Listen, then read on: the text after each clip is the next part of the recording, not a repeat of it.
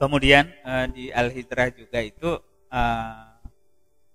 memang Al-Hijrah ketika menyekolahkan anak di Al-Hijrah bagi yang mampu ya, itu sudah sama dengan dia menyekolahkan ratusan anak yatim di Al-Hijrah.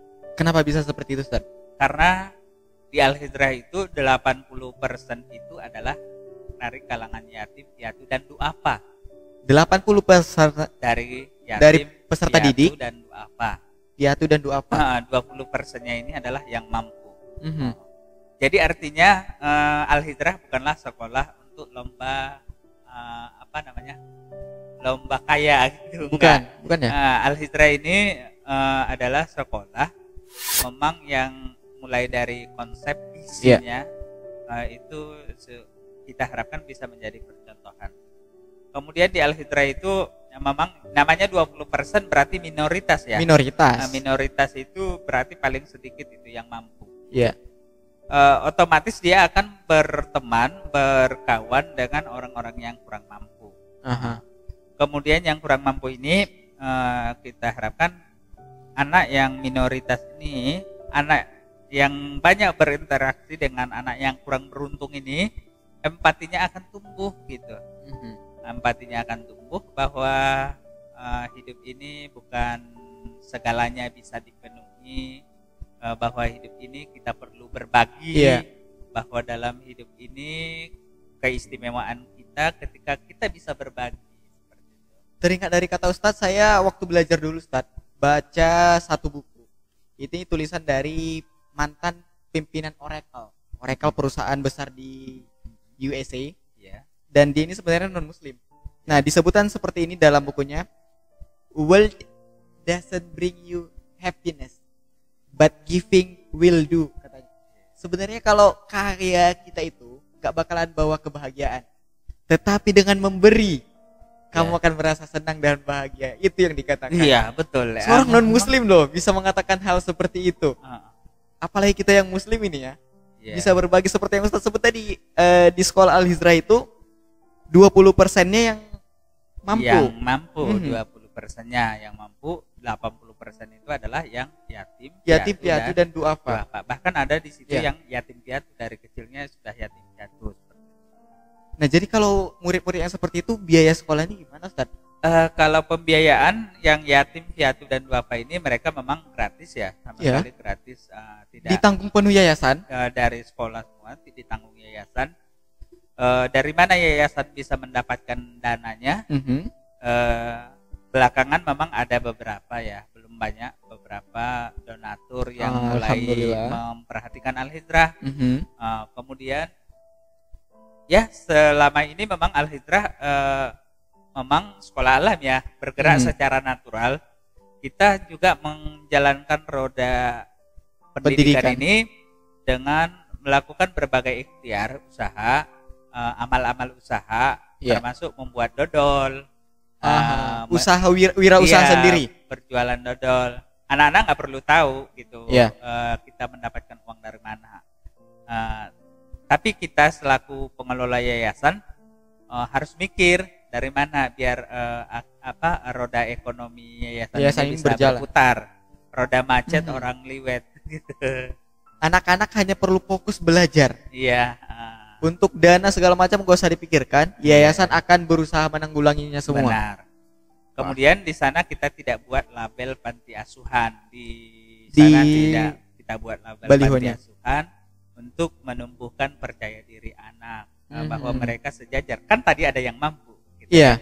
Jadi otomatis begini Dul, anak yang kurang beruntung ini tadi dia juga akan melihat anak-anak yang mampu gitu. Ketika dia melihat, dia akan berpikir, mudah-mudahan ya Allah saya bisa seperti ini nanti, mudah-mudahan saya bisa begini. Dia melihat ada Pak Tentara datang, mudah-mudahan saya bisa jadi tentara nanti kalau seandainya saya jadi ada muncul harapan-harapan ke depan gitu.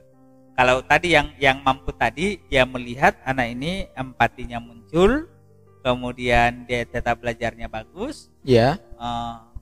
Pendidikan rasa itu susah didapatkan sekarang Del. Kenapa susah Ustaz? Pendidikan rasa itu sangat susah didapatkan. Contohnya begini, eh, cenderung saat ini pendidikan itu mengarah pada egois. Saya lihat egosentris anak itu tumbuh. Contoh begini, ada sekolah yang di situ adalah kalangan orang borjuis semua, kan? Jadi lama-lama makin berlomba kaya gitu kan ininya.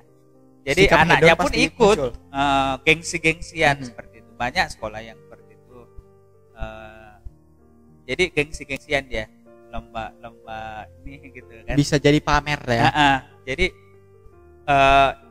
tanpa sadar itu sudah menggerus nilai-nilai empati yang seyogianya tumbuh dari natural anak gitu. Kecerdasan sosialnya hilang gitu. Sosial emosional questionnya hilang. Tergerus oleh pengalaman-pengalaman yang dia peroleh. Karena juga memang sekolah itu bukan hanya menuntut anak itu untuk IQ-nya tinggi. Ya. Tapi SQ dan EQ-nya juga harus ada. Iya, buktinya gini, saya punya teman, ya, dulunya dia juara kelas, kami hampir berimbang-imbang kan gitu. Tapi sekarang pernah jumpa kemarin dia kerjanya di Dorsmer gitu. Bukan kita merendahkan pekerjaan Dorsmer. Artinya gitu, kecerdasan matematik itu belum tentu, IQ itu belum tentu menjamin kesuksesan seseorang. Bahkan untuk politikus, dia harus punya kecerdasan sosial. Harus dong. Ya kan? Kecerdasan sosial, bagaimana bergaul dengan preman, bagaimana bergaul dengan kemampuan ulama, beradaptasi, bagaimana bergaul. Sosial emosional questionnya itu. Kemudian yang paling menentukan kebahagiaan seseorang, keberhasilan seseorang, kesuksesan seseorang, itu yang paling banyak menentukannya adalah spiritual questionnya, kecerdasan hubungan vertikal dengan Allah, agamanya. Banyak anak yang ketika hasrat atau keinginannya tidak tercapai, tidak terkabul, dia frustasi gitu. Tapi kalau dia punya spiritual question yang bagus, dia akan tahu bagaimana Allah mengatur takdir, bahwa manusia hanya bisa berencana, Allah yang menentukan. Allah yang menentukan segalanya, kan gitu, ada syairnya ya. We do the best, God the rest. Mantap. itu dia yang sering, slogan yang sering saya pakai dulu gitu, Ustaz. Do the best, God the rest. Iya. Jadi kalau di Al-Hijrah Ustaz sudah banyak habis lah ya, artinya? Insya Allah sudah lumayan, alhamdulillah Dul. Di tahun 2019 kemarin Desember 2019 kita wisuda tahfiz, wisuda akbar itu ada 24 anak yang khatam 30 juz. 30 juz? Iya, 30 juz. Dan tahun ini yang alumni SMP itu ada beberapa ya. Kalau total keseluruhan sama SMA-nya, SMA itu ada 28 nanti yang akan wisuda 30 juz. Itu cara mendidik anak biar hafiz gimana sih Ustaz? Saya sendiri aja cuman palingan 2 juz. Kalau saya sendiri juga tidak hafal. Iya, saya sendiri nggak nyampe 2 lah rasanya. Itu Ustaz ngedidiknya gimana makanya anak-anak bisa seperti itu Ustaz? Saya betul-betul sangat memegang apa yang dikatakan oleh guru tahfiz mereka ini. Guru tahfiznya bukan saya.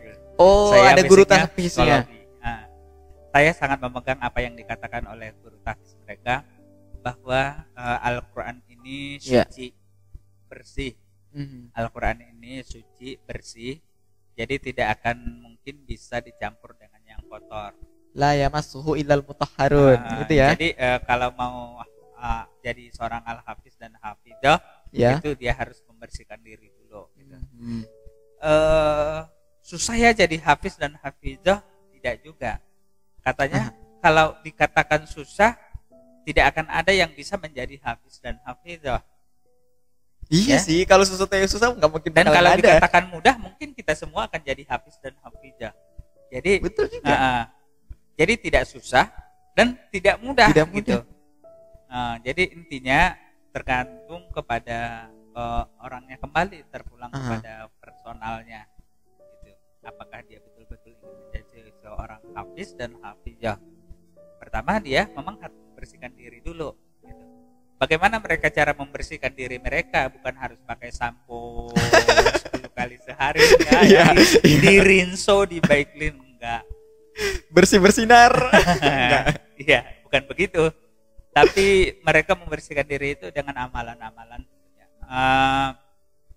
Pada umumnya mereka itu yang hafiz dan hafizah itu adalah yang boarding, tinggal di asrama. Itu pukul 3.30 setengah 4 dini hari.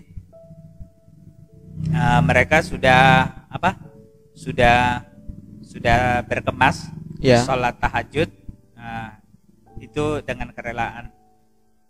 Jam 4 lewat mereka belum bangun. Kalau tadi 3.30 ya, 3.30 itu dengan kerelaan mereka sudah bangun sendiri. Itu kesadaran sendiri. Tahajud, gitu. Jam 4 hampir menjelang subuh. Kalau masih ada anak yang belum bangun, biasanya dibawa ember, disiramin. Untuk dibangunkan. Makanya nggak ditarik lagi, nggak sekadar ini lagi, tapi disiram aja. Jadi amalan, pembiasaan di sana itu memang betul-betul amalannya. Kemudian mereka juga dari pola makan, cara makan, cara duduk. Jangankan untuk sikap ya, untuk sandal aja dijaga. Gitu. Mau masuk masjid itu sandalnya dilepas. Kalau kita biasa lepas sudah langsung masuk kan. Gitu. Mereka itu terbiasa, tapi belum semua anak bisa melakukan ini. Mau masuk masjid, sandalnya setelah disusun. Itu nunduk, diambil, kemudian diputar hadap depan. Dibalik arah gitu. Mau keluar, nunduk, bukan langsung disorong pakai kaki, nunduk lagi diambil pakai tangan, diangkat, baru dipakaikan. Kenapa harus seperti itu? Saya tanya pernah. Kenapa harus begitu? Dengan cara menundukkan, coba rasakan bagaimana sensasinya ketawaduan kita akan terjaga, ya, dengan kita menunduk gitu.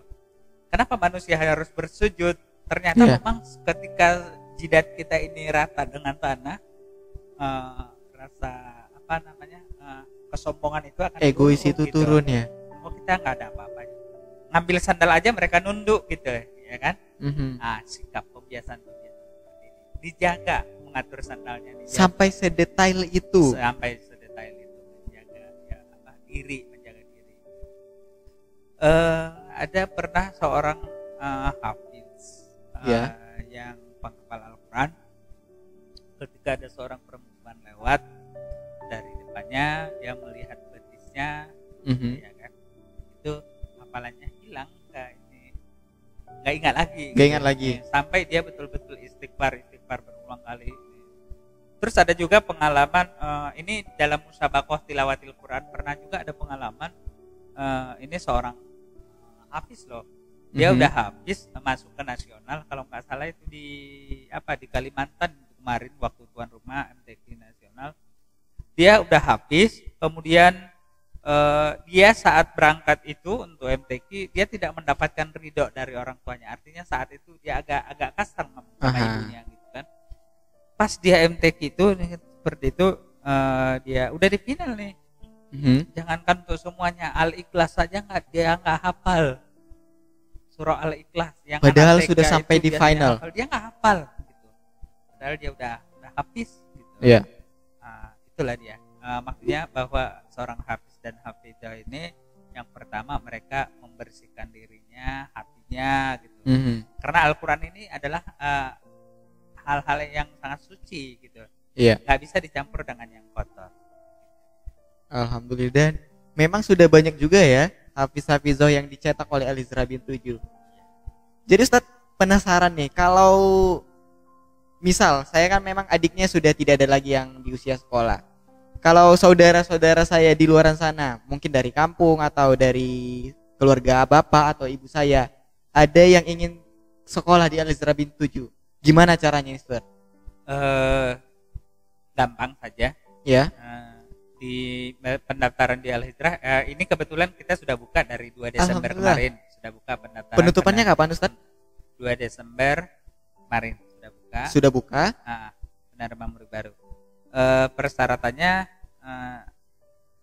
dia akta kelahiran anak, KTP ayah dan ibu, dan kartu keluarga, itu saja. Datang ke sekolah Al-Hijrah atau bisa langsung melalui apa itu Ustaz? Ini tidak harus datang. Iya. Kalau mau datang boleh jam kerja ya, jam kerja. Tapi bisa juga melalui WhatsApp kita 0823 6899 9326. Bisa. Jadi nanti formulir akan dikirim melalui WhatsApp itu. Iya. Bisa diisi langsung oleh orang tua.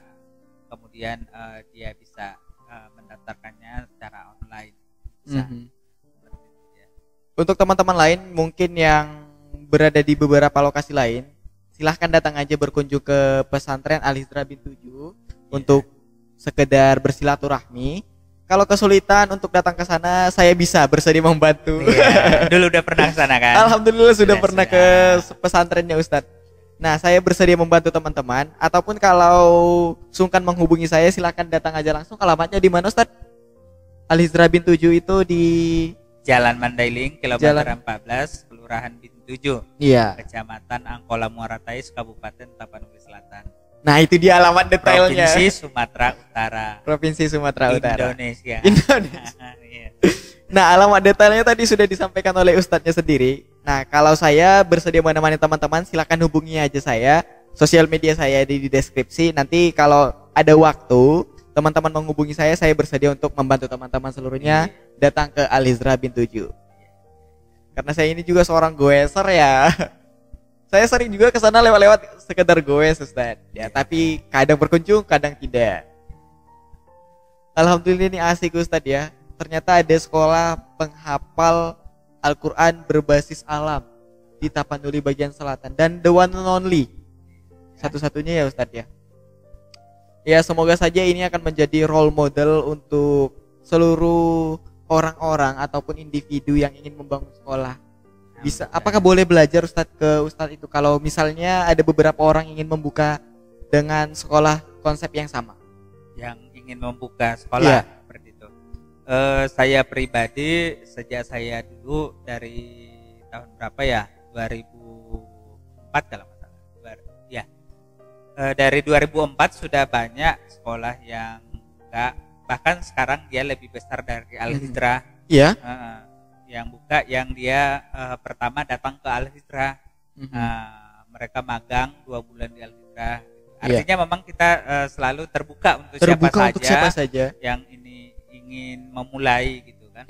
Kita sangat mendorong teman-teman, bahkan mulai dari PAUD-nya nggak susah-susah amat kan untuk memulai dari PAUD-nya. Kita sangat mendorong, yuk, karena ini jangan kita menganggap pendidikan itu adalah sebuah persaingan. Kita harus menganggap kita selaku pelaku pendidikan menganggap bahwa kita ini sedang berdakwah tadi. Kita adalah dai, ibaratnya penangkap ikan. Ibaratnya kita ini adalah jalannya gitu. Jalannya. Makin banyak jala, makin banyak ikan yang akan dapat gitu. Jadi jangan kita takut akan kehilangan murid ketika ada yang buka sekolah di dekat kita. Tidak seperti itu. Karena masing-masing sudah ada ada pangsa pasarnya masing-masing. Sama juga saya analogikan dengan penjual baju di pasar. Itu berbeda dengan yang dia jual baju sendirian di pinggir jalan. Itu cenderung lebih sepi daripada yang di pasar. Kenapa? Karena orang sudah tahu bahwa di sini ada jual baju banyak gitu kan. Jadi orang akan datang sana. Coba lihat perputaran ekonomi di Tanah Abang itu di Jakarta itu, ya kan? Tanah Abang yang luas itu, ya kan? Banyak di situ grosir baju, tapi mereka tidak kehilangan konsumen gitu loh. Tidak akan kehilangan konsumen. Artinya memang makin banyak sekolah-sekolah Islam yang buka, maka makin banyak orang-orang yang akan belajar di sekolah Islam. Seperti itu. Alhamdulillah, satu pembicaraan yang sangat inspiratif ya bersama Ustadz Azam Marpao. Alhamdulillah. Nah, teman-teman mungkin Kalau masih banyak pertanyaan mengenai Yayasan Al Hijrah bin 7, silahkan buat saya di kolom komentar. Nanti insya Allah kita bantu jawab sebisanya saya. Nanti kalau ada pertanyaan yang nggak bisa saya jawab, saya lemparkan ke Ustadz Azam sendiri untuk membantu menjawab di kolom komentarnya nanti. Ya. Boleh. Mungkin terakhir nih dulu Ya, apanya. Kepada ayah dan ibu di rumah, teman-teman semua, perlu kita ketahui bersama bahwa Kementerian Pendidikan pun sekarang sudah menetapkan bahwa 3 pilar utama dari pendidikan itu. Yang pertama itu adalah karakter, kemudian yang kedua literasi, literasi. Ya. Yang ketiga numerasi. Jadi tiga ini menjadi tujuan utama dari sebuah pendidikan. Ini dari kementerian loh, dari Kementerian Pendidikan datangnya nih. Karakter, literasi, numerasi. Yang 3 ini. Karakter, literasi, numerasi. Jadi Bapak Ibu jangan lagi memvonis anak ketika anak tidak juara 1 di kelas gitu. Bahkan kita perlu mempertanyakan ada apa dengan juara-juara kelas ini? Seharusnya ini tidak ada lagi di sekolahan ya. Nah, apalagi dia jenjang SD dan TK ya. Jenjang SD dan TK mestinya nggak ada lagi ini juara-juara kelas ini mestinya nggak ada lagi gitu. Karena biarkan anak cerdas dengan sesuai dengan naturalnya, kecerdasan naturalnya, kecerdasan sosialnya, emosionalnya, spiritualnya. Biarkan dia cerdas di bidangnya masing-masing. Seperti itu. Kemudian yang terpenting bagi kita adalah karakternya. Karakternya. Kemudian di Al Hijrah sendiri juga adalah literasi. Literasi itu Al Hijrah, alumni Al Hijrah itu tamat di SMP harus wajib punya buku. Apalagi tamat SMA. Buku sendiri yang ditulis dan itu bisa kalau bisa ber-ISBN ya. Ber-ISBN sudah ada. Berarti sudah ada standar nasionalnya gitu. Sudah lulus di penerbit gitu. Itu kita harapkan, itu literasi. Kemudian numerasinya memang kita harapkan juga mereka cerdas matematikanya, cerdas ekonominya, berpikirnya. Makanya di sana ada santripreneur. Anak dari di sekolah apa namanya? Santripreneur ya? Mengucapkannya saya ini. Ya. Jadi mereka berwirausaha, ada berwirausaha seperti itu ya. Literasi, numerasi, karakter, literasi dan numerasi. Ya, karakter, literasi, numerasi. Yang 3 itu menjadi acuan kita untuk mendapatkan pendidikan yang terbaik untuk anak kita. Ya, bukan juara, karena juara-juara ini bisa saja dibuat-buat. Gitu. Iya. Ya kan? Apalagi untuk anak TK juga, kalau dia misalnya ada lomba, mengikuti lomba, alangkah buruknya dampaknya ke anak ketika jurinya curang. Ya. Dia pandai mewarnai misalnya, tiba-tiba ada yang dia di bawah dia itu juara, gimana pengaruhnya ke anak?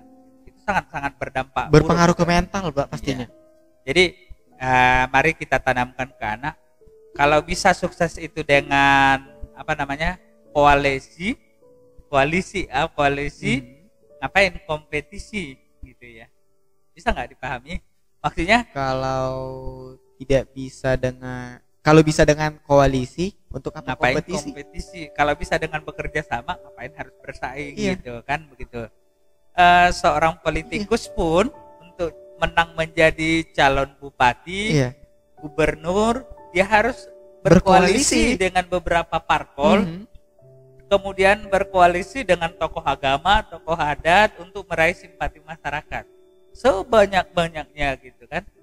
Bukan menimbulkan kompetisi yang ini gitu. Untuk memenangkan kompetisi itu malah dia berkoalisi gitu. Iya, itu pesan-pesan moral yang kita sampaikan dari Sekolah Alam Penghafal Al-Qur'an Al Hijrah bin 7. Banyak nilai-nilai yang bisa saya pelajari teman-teman. Di sini sudah ada beberapa poin yang saya catat. Jadi selain kita mengundang Ustadz, juga kita belajar tentang nilai hidup. Banyaklah yang kita pelajari di pembicaraan hari ini teman-teman ya. Mungkin di kesempatan-kesempatan lain kalau kita berhasil lagi mengundang Ustadz, ya kita akan belajar lebih banyak lagi bersama Ustadz di podcast ini. Tapi untuk hari ini, di podcast kita hari ini mungkin sekian dulu Ustadz untuk pembelajaran, karena banyak hal yang harus saya pelajari dari pembicaraan kita ini, mulai dari ya tadi ada karakter, literasi, numerasi, kalau bisa berkoalisi untuk apa berkompetisi, Iya. yang juga konsep tadi berbagi, karena Al-Hijrah itu 80%-nya dari yatim, piatu dan duafa, 20%-nya adalah orang yang mampu, dan konsepnya kita ini berbagi. Dan juga Yayasan Al-Hijrah ini juga tadi memfokuskan muridnya untuk belajar, ada kelas khusus menghafal Al-Quran, murid cukup fokus untuk biayanya seluruhnya dibenahi oleh yayasan. Banyak nilai-nilai yang saya pelajari, banyak hal yang sudah saya catat di benak dan di notes saya ini. Terima kasih Ustadz sudah bersedia hadir bersama kita di podcast Dul Abdul. Insya Allah di beberapa pertemuan lagi, kalau kita ada kesempatan, rezeki, waktu, dan berjodoh untuk bertemu lagi di podcast ini, kita menantikan kehadiran Ustadz lagi agar kita banyak belajar dari Ustadz. Terima kasih juga untuk Dul, mudah-mudahan channel YouTube-nya ini berkembang. Amin. Channel YouTube-nya Amin. ini menjadi salah satu sarana ibadah kita Amin. kepada Rob kita. Amin. Ya. Terima kasih teman-teman. Akhir kata dari Dul. Assalamualaikum warahmatullahi wabarakatuh. Waalaikumsalam.